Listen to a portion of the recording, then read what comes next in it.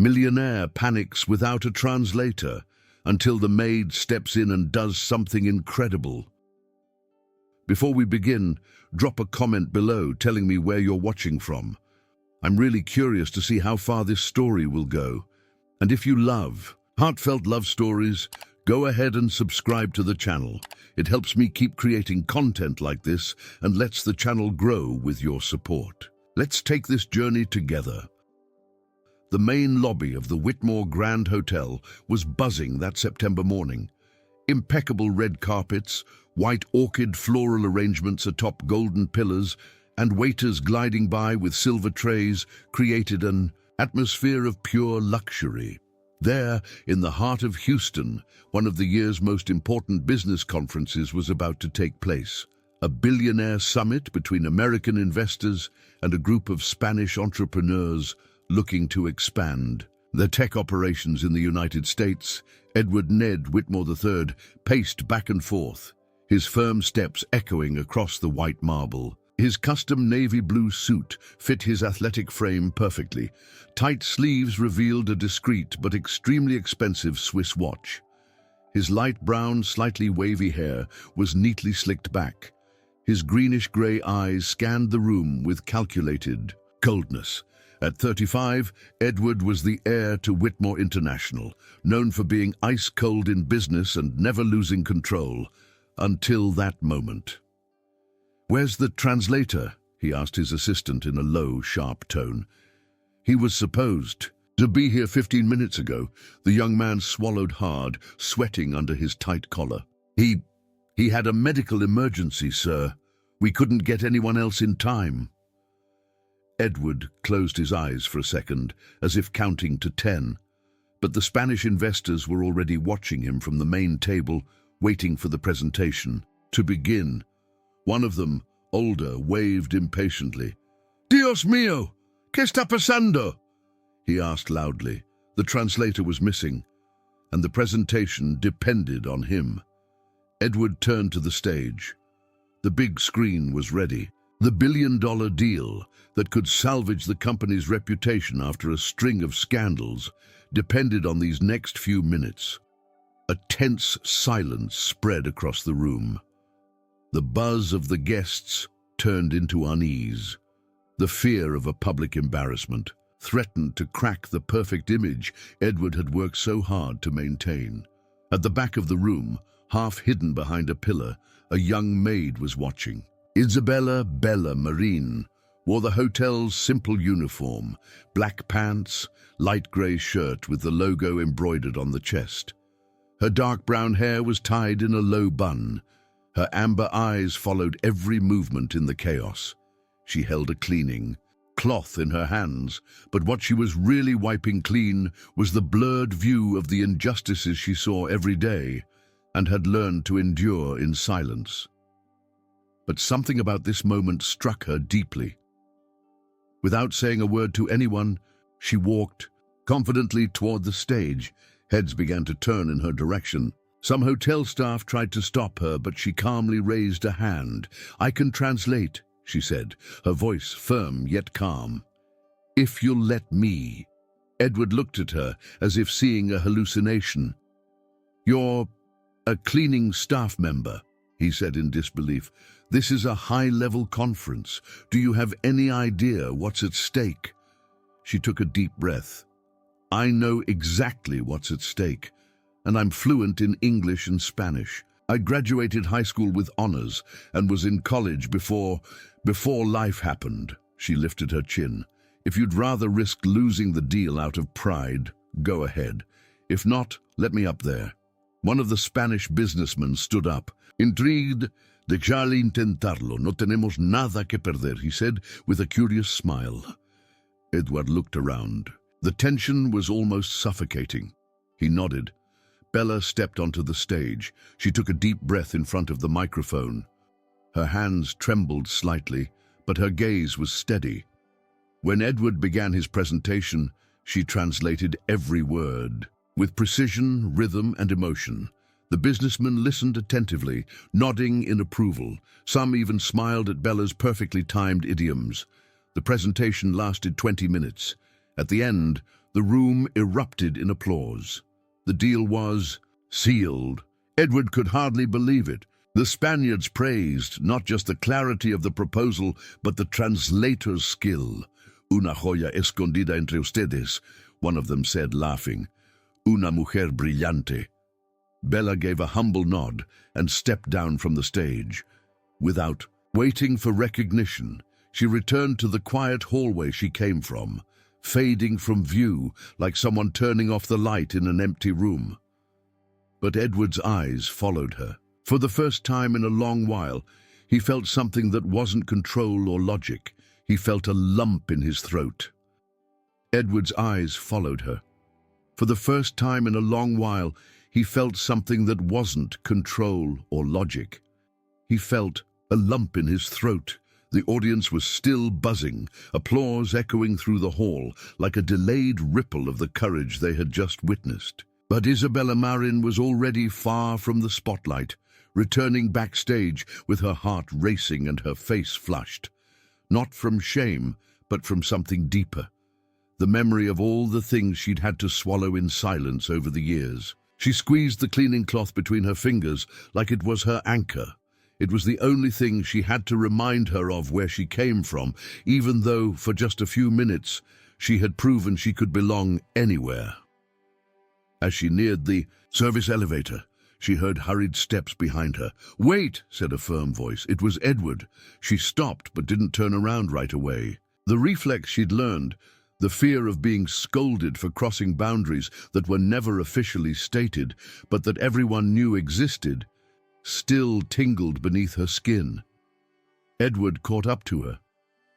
He looked noticeably different from just minutes earlier, less arrogant, more human. He was breathing hard like chasing her had been his first spontaneous act in years. "You," he began, then paused, realizing he was towering over her, like he did with everyone else. He softened his tone. "How did you know exactly what to say? How did you manage to stay composed with all those eyes on you?" Bella looked up, and in that moment he saw it more clearly. It wasn't fear in her eyes. It was something stronger. It was the strength of someone who had been humiliated so many times that she no longer feared being invisible. "Composed," she said. "I lost that a long time ago, but I learned to stand firm with what I carry inside." She placed a hand on her chest. "Words, culture, respect. I just did what needed to be done." Edward hesitated. I don't know how to thank you." She took a deep breath as the elevator opened behind her. "You don't have to. I didn't do it for you. I did it for me, and for those who go unheard." She stepped into the elevator. The doors closed slowly, but not before she gave him one last look. Steady, silent, filled with layers Edward had never learned to read. Back in the hall, the Spanish investors were celebrating the success of the conference. One of them approached Edward with a glass of wine in hand. "Una presentación brillante, señor Whitmore, pero su traductora, una joya. ¿Dónde la encontró?" Edward forced a smile. "She works with us." But deep down, he knew she didn't belong there, and at the same time, she had belonged more than any suit-wearing executive who had ever stepped on that stage. Hours later, at the top of the hotel's presidential suite, Edward stared out at the city of Houston through the glass windows of his office. The lights looked distant, as if each carried a story he'd never taken the time to hear. On his tablet screen, the presentation replayed. The exact moment Isabella stepped onto the stage, the confidence in her voice, the flawless articulation, the gleam in her eyes of someone who knew this wasn't just a translation, it was an act of defiance. He paused the video just as she walked off stage and whispered to himself, "Who are you, Isabella Marín?" And in that moment, the question stopped being curiosity. It became necessity. Meanwhile, in a modest home in the Gulfton neighborhood, Bella arrived quietly. She gently adjusted her sick mother's blouse over the woman sleeping on the couch, then sat on the floor next to the notebook she kept hidden in the laundry room. She took a deep breath, picked up a pen, and began to write. Today I spoke. Today the world listened. But she had no idea that moment would only be the beginning, that her voice would stir something in Edward he could no longer silence, and that soon he would come knocking, not with a job offer, but with a request that would change everything. That night, Edward Whitmore III didn't sleep. Even surrounded by the sophisticated silence of the hotel's penthouse, his mind echoed with a single voice. Hers. That maid with amber eyes who had dared to stand center stage and walk away as if nothing had happened. Isabella Marín wasn't like anyone he'd ever met. And no matter how hard he tried to categorize her, employee, Latina, brave, bold, nothing, quite fit. There was something in her that broke through every barrier. The next morning, before the sun had risen over Houston's skyline, he was already up. Crisp white shirt, sleeves rolled to the forearms, hair still damp from his rushed shower. He knocked on the hotel's HR office door.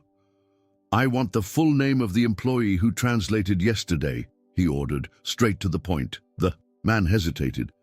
"Sir, Miss Marín didn't return to work today. She said she had personal matters and requested leave." "Find out where she lives," Edward said, his tone unchanged. "Now." By lunchtime, he'd parked his imported car in front of a small housing complex on the city's outskirts. It was a stark contrast to the hotel's glitz. Concrete walls peeling, clothes swaying on makeshift clotheslines in the warm breeze. Children ran barefoot across the dirt yard. Here, Edward was a stranger, and he knew it. He rang the doorbell of one of the apartments with some discomfort. An elderly woman, grey hair tied in a floral scarf, opened the door. Her face was tired, but her eyes were sharp. "Yes? I'm looking for Isabella Marín." She looked him up and down, sizing up the expensive suit, the tense face. "She's upstairs, stairs to the left. Knock on the blue door." Edward nodded and climbed the narrow steps, sidestepping toys and grocery bags.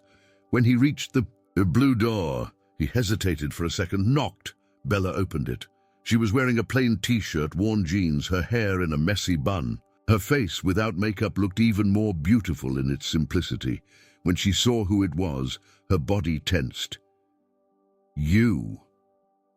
Edward took a deep breath. "Can we talk?" She crossed her arms. "I don't have much time." "It won't take long," he replied. He pulled an envelope from his blazer pocket. "This is for you, a thank you." Bella looked at the envelope like it was poison. "Money?" she asked, her voice low but firm. "Yes, you saved a multi-million-dollar deal. It's the least I can offer." She took a breath and met his eyes with a steadiness that shook him. "I didn't do it for you. I did it out of respect for my mother's language." Edward fell silent. For the first time in years, he didn't know what to say. The envelope remained in his hand, useless. Bella went on.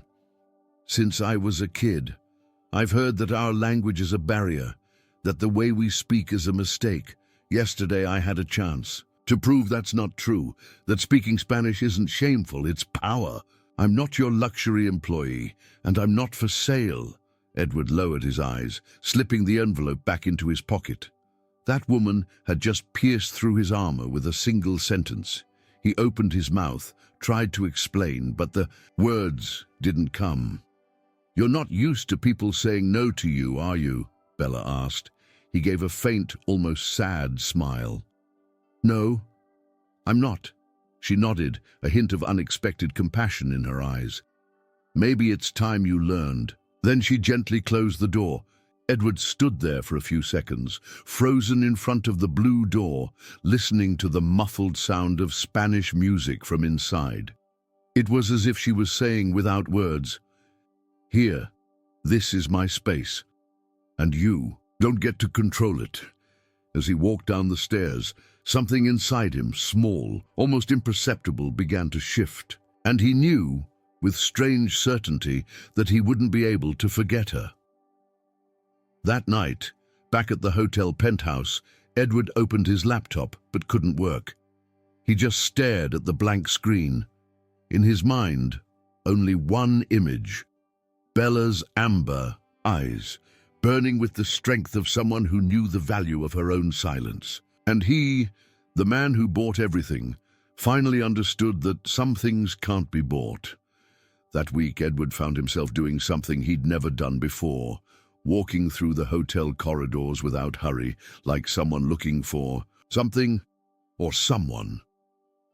With each step, his eyes discreetly scanned the grey uniforms of the staff. Maybe, just maybe, hoping to see Bella's face appear among the coffee trays or cleaning carts. But she didn't appear. It was Karen Whitlow, the housekeeping supervisor, who gave him the answer he didn't want to hear. "Miss Marín hasn't returned, Mr. Whitmore. She requested a temporary leave, said she needed to care for her mother." He masked his surprise but kept every word like a shard under his skin. That woman, who had turned down money, faced powerful gazes and translated with the dignity of an ambassador, disappeared just like that, in silence. Something was wrong, something he couldn't understand, and that bothered him more than it should have. The next night, Edward returned to Gulfton. He parked several blocks away and walked down cracked sidewalks, trying to blend into the darkness. Almost no streetlights worked. It was an invisible world, forgotten by campaign promises and revitalization projects. A world where Bella still lived. At the third building on the corner, he saw her. Bella was coming down the exterior stairs with a notebook in her hands and a pocket flashlight tucked into her hair tie. She wore a baggy hoodie and worn sneakers. She walked to a small community library set up in a garage where adults gathered. To study at night, Edward leaned against a post, watching from afar. She didn't talk much, but she listened a lot. Always sat in the same plastic chair by the window, with a yellow-covered book hidden under her grammar notebook. When she thought no one was watching, she'd open the book and read with a hunger. He recognized from afar the hunger of someone fighting to keep their inner light burning, even when everything around screamed darkness. 2 days later, back at the hotel, Edward walked past the service wing and noticed a cleaning closet left. Slightly open, something caught his eye. He approached quietly. At the back of the closet, among disinfectants and neatly folded rags, was a small nook, a cardboard box covered with a towel. Inside, 3 carefully wrapped books: Don Quixote, Pride and Prejudice, and 100 Years of Solitude. Beside them, a notebook filled with handwritten notes, passages underlined, translations scribbled in the margins. He slowly closed the door, as if stepping into that sacred space was a sin. Later, in his office, he couldn't focus on a single spreadsheet. Bella's face kept returning like a ghost of dignity, and one persistent question grew inside him. Why was a woman with such intelligence quietly cleaning rooms, as if hiding her own brilliance? That's when he decided to find out. The next day, he had his assistant pull Bella's background. Nothing outside legal bounds, just enough to understand what she wasn't saying. And there, in the pages of the report, came the blow. Isabella Marín had been accepted with a full scholarship into the translation and interpretation program at a public university in Texas. She had an impeccable record, academic awards, and a recommendation letter from a PhD professor, but she dropped out during her second semester. The reason: her mother's terminal illness, accumulated absences, unpaid medical bills, and a temporary job at the hotel that became permanent out of pure necessity. Edward slowly placed the report on the desk. He ran his hands over his face and leaned back in the leather chair with a tightness in his chest. She gave up everything without complaining. and I offered her an envelope. That night, for the first time in years, he didn't feel worthy of someone, but he didn't yet know that this discomfort was just the beginning, because at the same time, Bella was writing a letter in her simple room. The light was dim, the fan noisy, but her handwriting remained steady. Dear Diary, I still remember the sound of the words he said to me, the sound of money hitting the silence of dignity. I wanted to hate him, but something in his eyes faltered. Something wasn't where it used to be. She closed the notebook, and for the first time she felt someone was watching, not with judgment, but with a thirst to understand. And for someone like Bella, that was more dangerous than any humiliation. The night at the Whitmore Grand Hotel was pure glamour. Crystal chandeliers cast golden reflections over perfectly aligned white tablecloths. Champagne flutes sparkled under the light, and a string quartet filled the room with soft notes of Vivaldi. It was the annual gala dinner of Whitmore International, bringing together business people, politicians, and influential investors from across the country. Bella tied her hair with a simple elastic in the backstage hallway. She wore the standard event uniform, thick black trousers, a white dress shirt with sleeves rolled to her elbows, and a dark apron. The look in the mirror reflected more than tiredness. It reflected resilience. She knew she didn't belong to that world of polished gold, but she also knew what dignity was, and if life hadn't yet given her a stage, she'd keep dancing behind the scenes. When called to assist in the main hall, she took a deep breath and pushed the beverage cart through the glass doors. She passed fake smiles, rehearsed laughs, and eyes that barely acknowledged her existence.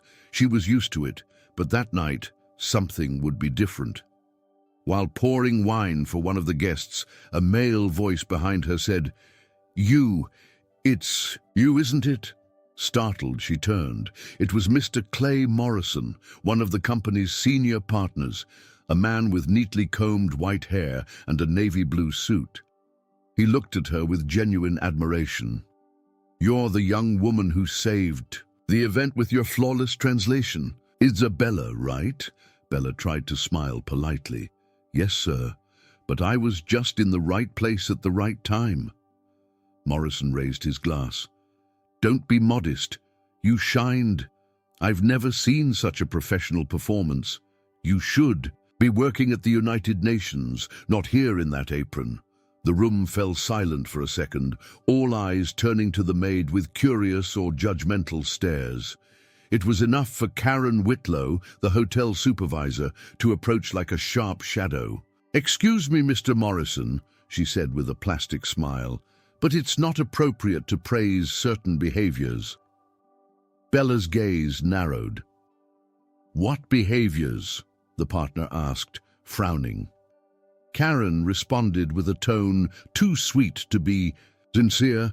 "Some staff believe they can use a moment of crisis for self-promotion, to stand out, show off. We're not against talent, of course, but we have rules. Everyone must know their place." Bella felt her blood freeze.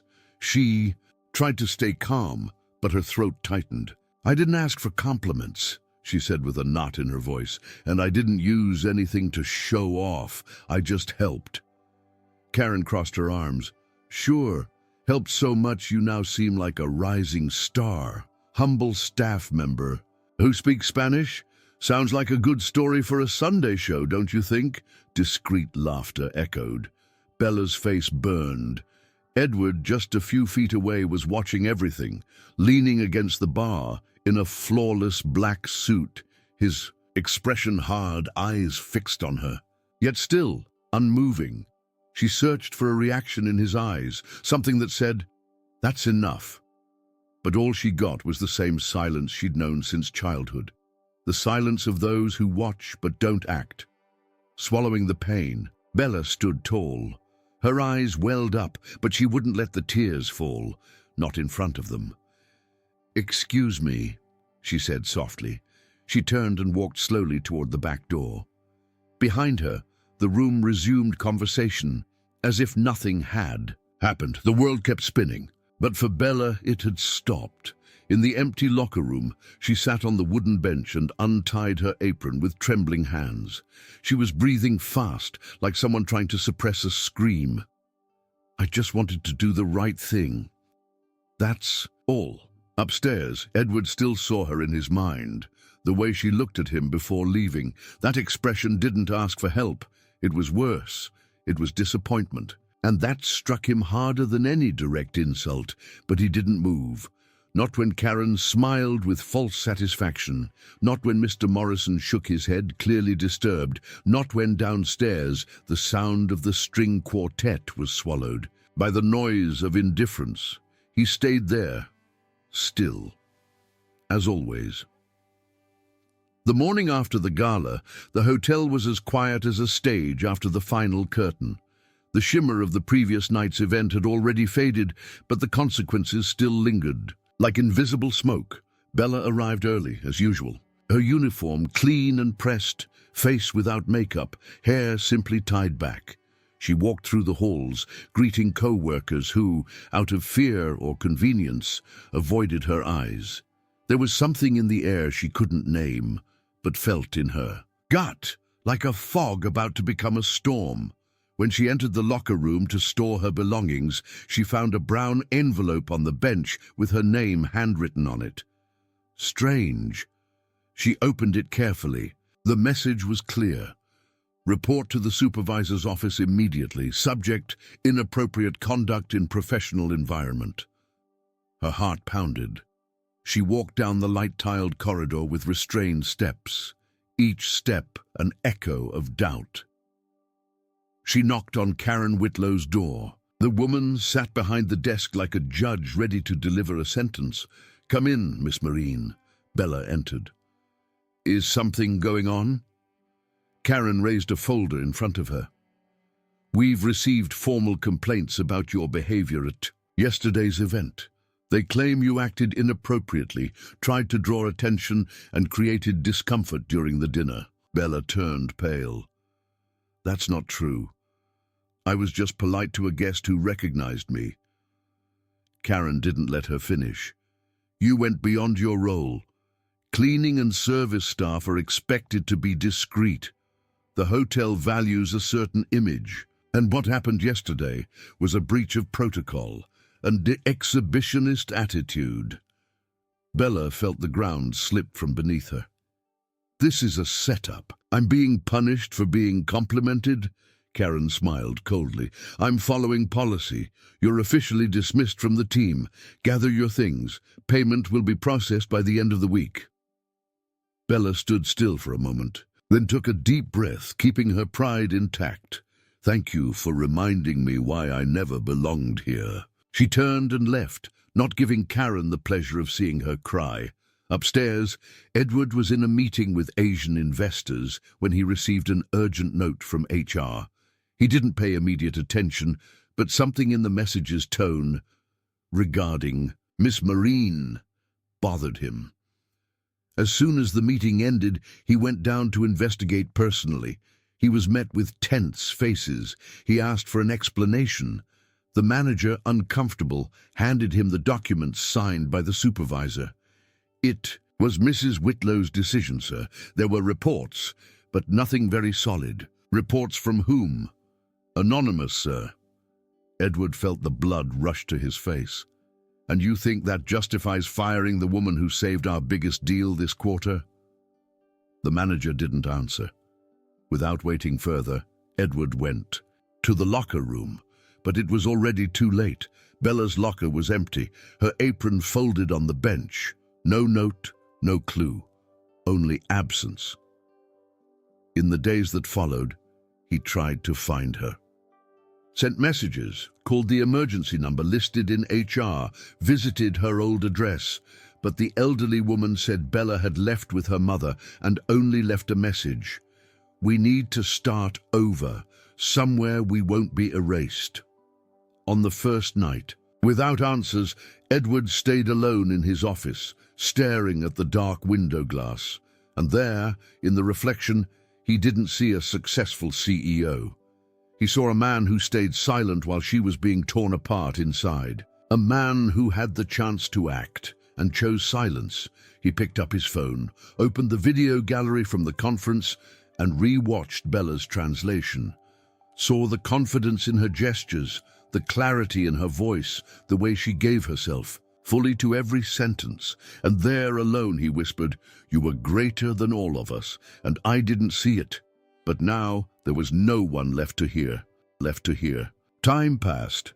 Days, then weeks. Houston kept its relentless rhythm. Cars sped down wide avenues, corporate towers maintained their mirrored windows, and luxury hotels welcomed executives with rehearsed smiles.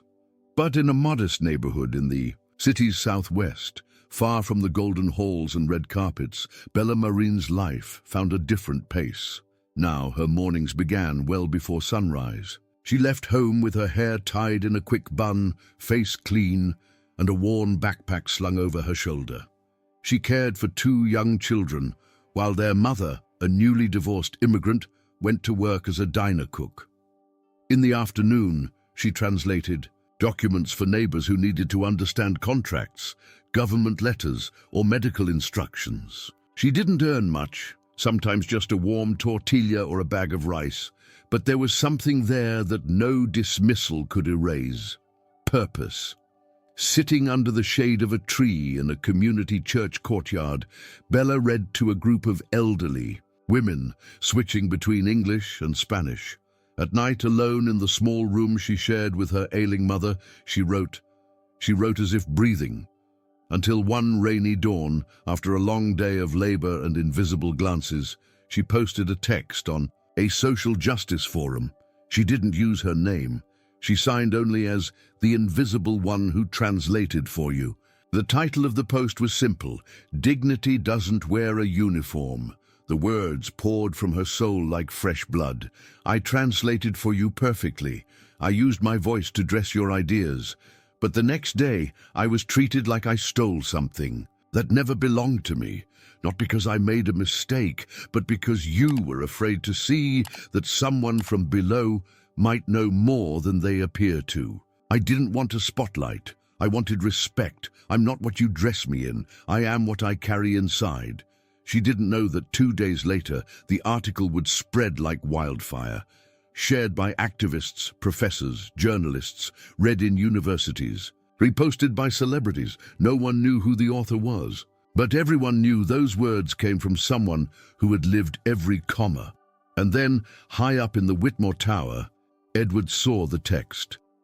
It was during a cold meeting where graphs, goals, and profits were being discussed. One of the younger partners interrupted, excited. "Have you seen this? It's going viral, a slap in the face of the corporate world. I think it even happened in a hotel in Houston." Edward clicked the link, curious. As he began to read, the world around him went silent. Every sentence was an arrow, every comma a mirror.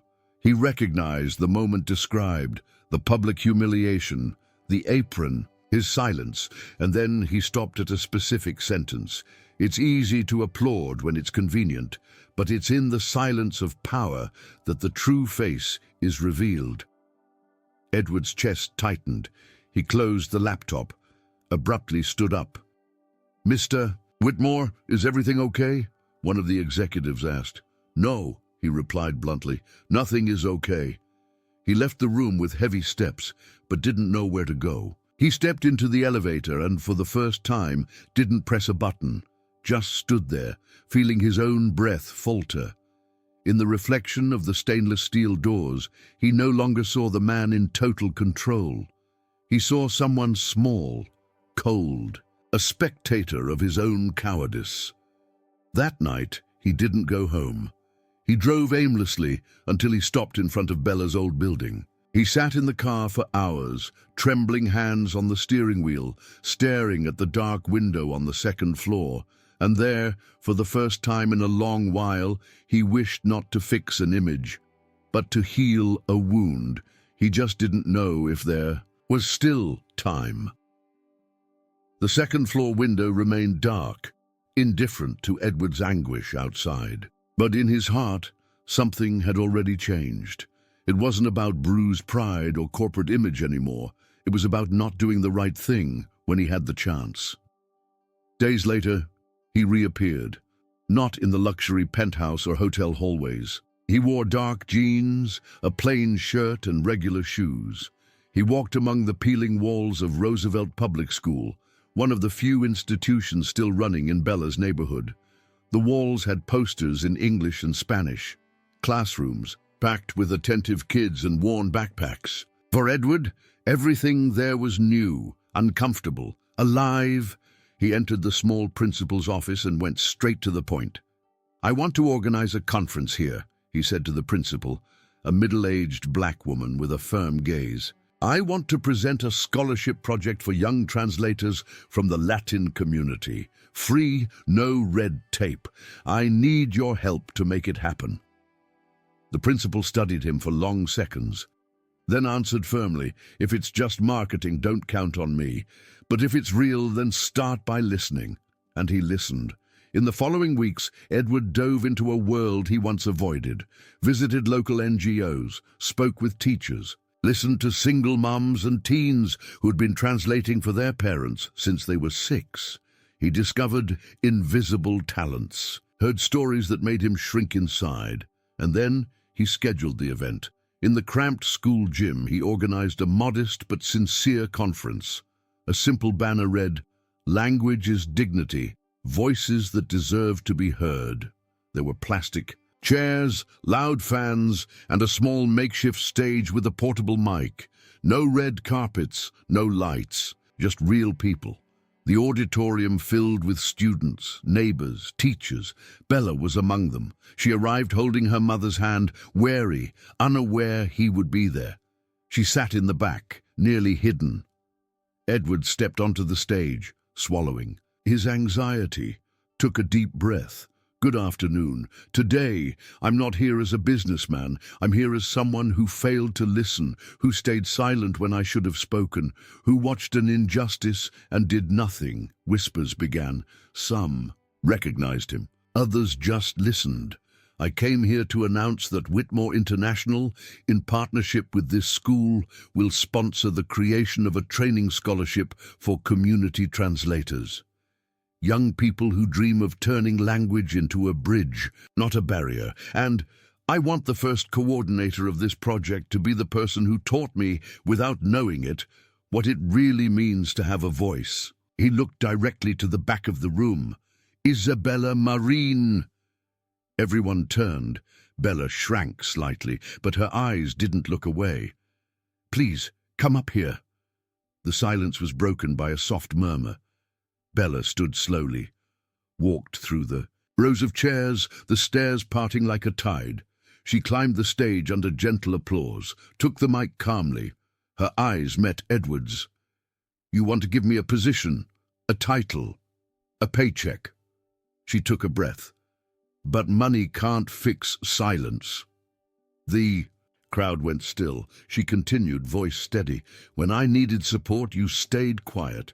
When I was humiliated, you looked away. And now you want to put me on a pedestal. But I don't want a pedestal. I want justice. And justice isn't offering opportunity after the damage. It's preventing the damage. I will keep translating." "Yes, but not for you. For us." Applause began quietly and grew, filling the gym. Some people stood. Others cried silently. Edward stood still, speechless, eyes misty. For the first time, he had no control. He had only the truth, and it hurt. Bella handed back the mic, walked off the stage with her head held high, passed by Edward without looking at him. But he, standing there before everyone, understood that this was his humiliation, a necessary one, and maybe the start of something greater than anything he'd ever built. The school gym fell quiet after the event. Chairs were stacked, posters taken down, makeshift lights turned off. But inside Edward, something still burned. The shame of omission, the weight of public exposure, the pain of hearing harsh truths in front of everyone. And more than anything, Bella's look as she stepped down from the stage. There was no anger in that look. There was disappointment, And disappointment hurts more than any scream. That same week, instead of returning to the comfort of his glass-walled offices, Edward showed up, again, in the neighborhood where everything began to change. He looked different, wore simple jeans, a dark t-shirt and worn-out sneakers on purpose. He'd left behind the Swiss watch and blazer. No one recognized him right away. And he didn't care to introduce himself. He went to the local community center, where teens took tutoring classes and single mums learned basic English at night, knocked on the door and waited. "Can I help you with something?" asked the coordinator, a short woman with a fast voice who eyed him suspiciously. "Do you have any experience with literacy or tutoring?" she asked sharply. "No," he replied, "but I can carry boxes, serve food, paint walls. I just need to do something useful." In the days that followed, Edward was there. He carried chairs, washed brushes, stacked donation boxes, scraped mold off damp walls, got his hands dirty, bruised his knees, never complained. It was as if every drop of sweat was a silent apology. Bella saw him for the first time sweeping dry leaves in the courtyard at the end of a cloudy afternoon. She watched from a distance, hidden behind the fence, frowned, confused. She was waiting for the moment he'd get tired of pretending and return to his glass tower. But he didn't. The next week, she saw him serving soup in the line for local residents. Quietly. No announcement, no speeches. One afternoon, she passed him in the hallway, carrying children's books. He looked at her and bowed his head respectfully, as if expecting nothing, not even forgiveness. She hesitated, but kept walking without saying a word. In the third week, she saw him sitting on the floor, surrounded by 5 kids laughing while he tried to read an illustrated book in Spanish. "La vaca canta en la cocina. Is that how you say it?" he asked, stumbling over the pronunciation. One of the girls corrected him, giggling. "It's la vaca salta en la cocina. You mixed it all up." Edward laughed with them, unbothered, and kept trying. Bella watched from the balcony of the makeshift library, crossed her arms. For the first time, her lips curled into a small, almost invisible smile. The following week, while he was assembling bookshelves in the reading room, she approached him for the first time. "Don't you have a meeting in Manhattan today?" she said, a bit sarcastically. Edward looked up, sweaty, a screwdriver in hand. "I traded it for an afternoon trying to figure out the difference between hot glue and cold glue." She raised an eyebrow. "And? Did you figure it out?" "No," he said, "but I know glue doesn't hold everything together, just like money." Bella lowered her eyes, touched, but still guarded. "Why are you doing this, Edward?" He got serious for a moment. "Because I finally realized not everything can be fixed with an investment. Some things only change when we get down on the ground and listen." She didn't respond.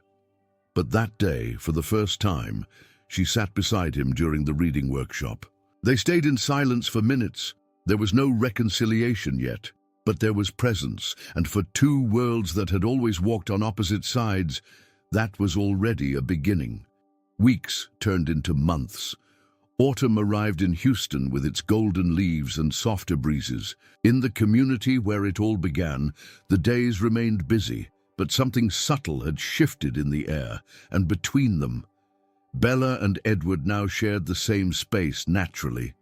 He remained present, without showiness, without speeches, and she, though still cautious, allowed herself to watch, to listen, to feel. The exchanges were small, a book left at her door, a coffee shared during workshop breaks, a comfortable silence as children ran by.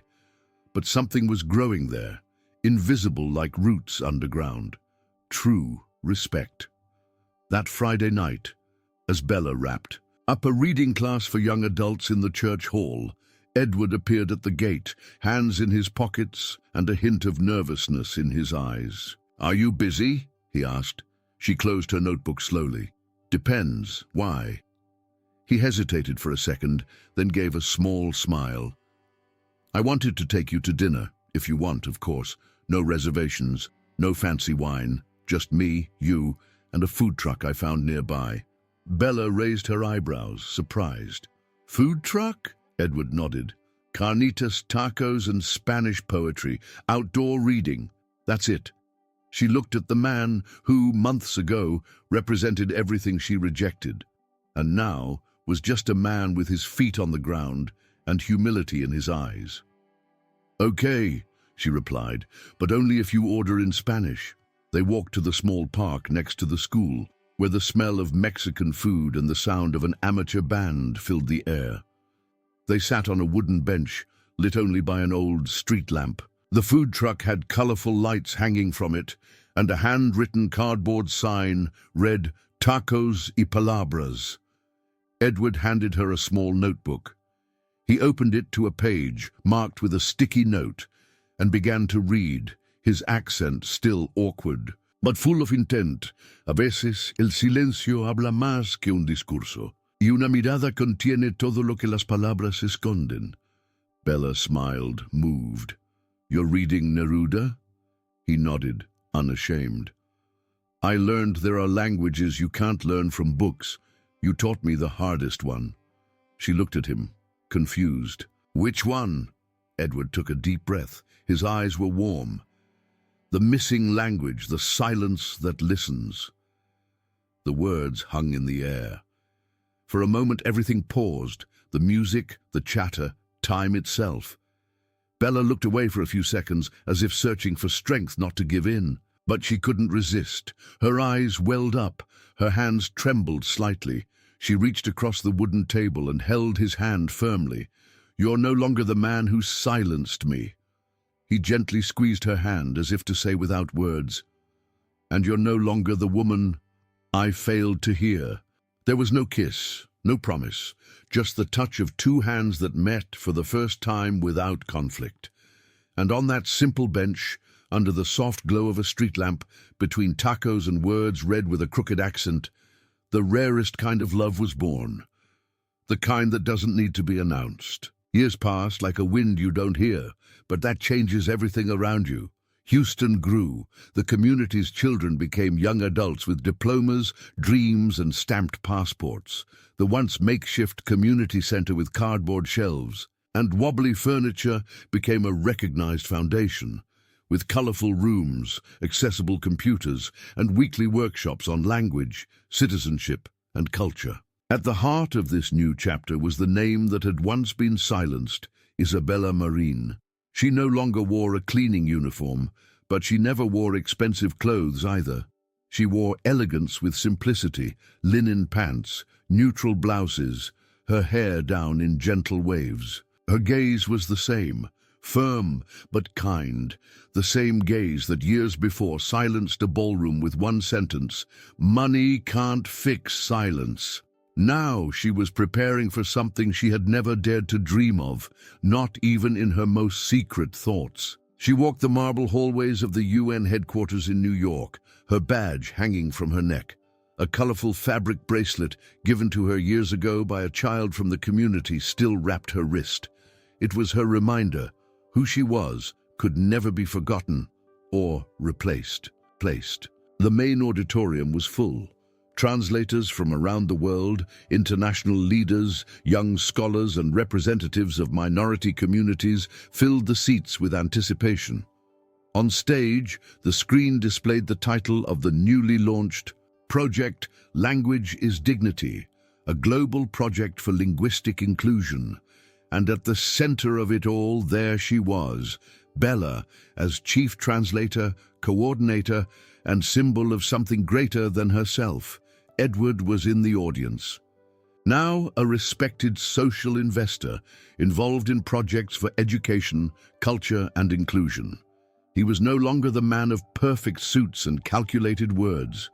He still dressed with simplicity, but his eyes carried something new. Peace. As everyone waited, Bella stepped onto the stage.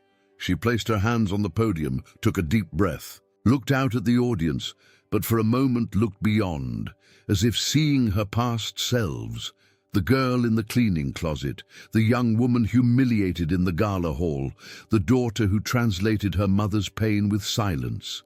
Then she began. When I was a child, I learned to translate before I even knew what that meant. I translated school reports for my mother. I translated medical diagnoses. I translated government letters and insults disguised as politeness. I translated the world for someone who had no access to it. And for many years, I believed that was all I could do. A respectful silence followed. Everyone was paying attention, but today I understand that translation isn't just about switching words. It's about making visible what has always been silenced. She paused. Her eyes met Edward's, seated. In the front row, he looked at her with pride, but not with the pride of someone who built her, with the respect of someone who learned from her the language of humility. Bella continued, her voice now softer, as if confessing something, intimate to the world, and sometimes what most needs translating is the heart. There was emotion, applause, silent tears.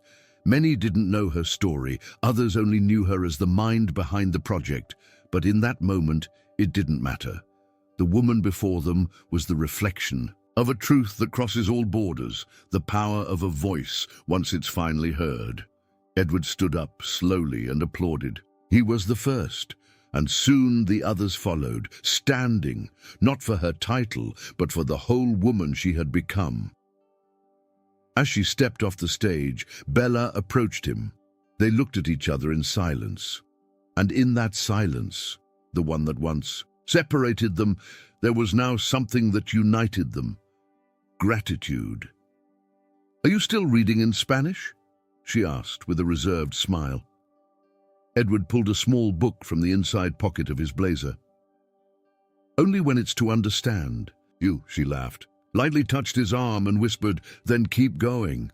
And now tell me, what did you think of this story? Leave your score from 0 to 10 in the comments. I really want to know how much it moved you. If you enjoyed it, don't forget to, share it with someone who needs to hear this message, and subscribe to the channel to follow more emotional stories like this one. And before you go, I've picked another special story that will move your heart even more. I'm sure it will surprise you. Watch it now.